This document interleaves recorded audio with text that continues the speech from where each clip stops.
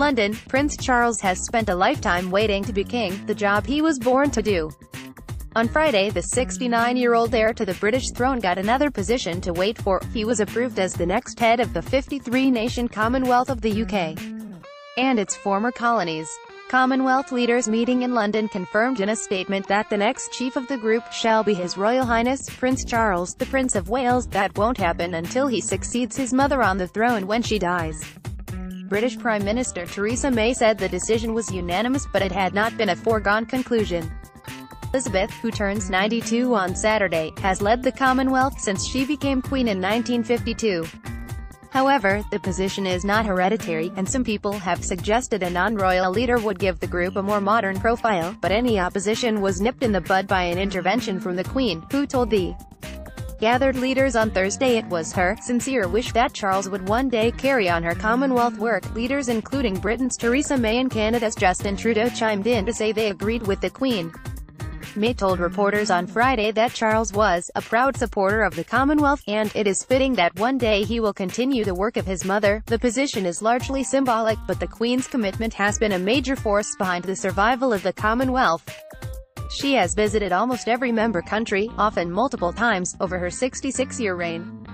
Charles is almost as well-traveled as his mother, and is a longtime champion of environmental causes, a priority for the Commonwealth.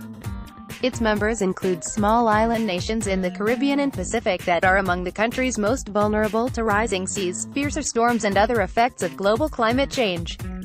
Leaders at the meeting signed Blue Charter to protect the world's oceans and committed to stronger cybersecurity and freer trade.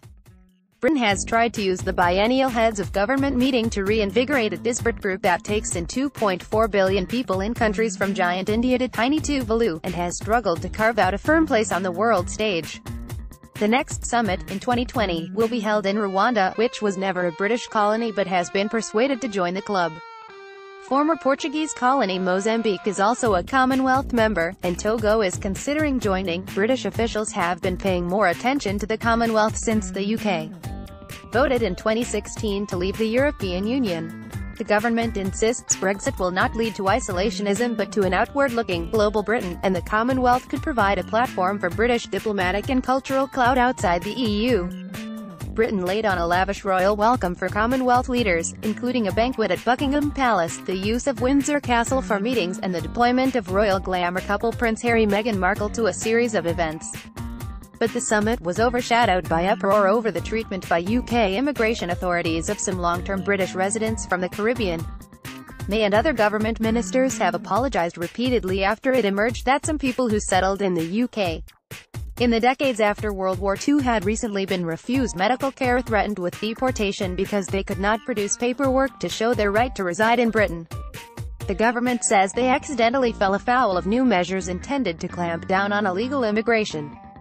But opposition politicians say the treatment of the Windrush generation, named for the ship Empire Windrush, which brought the first big group of post-war Caribbean immigrants to Britain in 1948, is cause for national shame. May said Friday that Britain would do whatever it takes, including paying compensation, to make amends. "These people are British," she said. "They are part of us. They helped to build Britain, and we are all stronger for their contributions."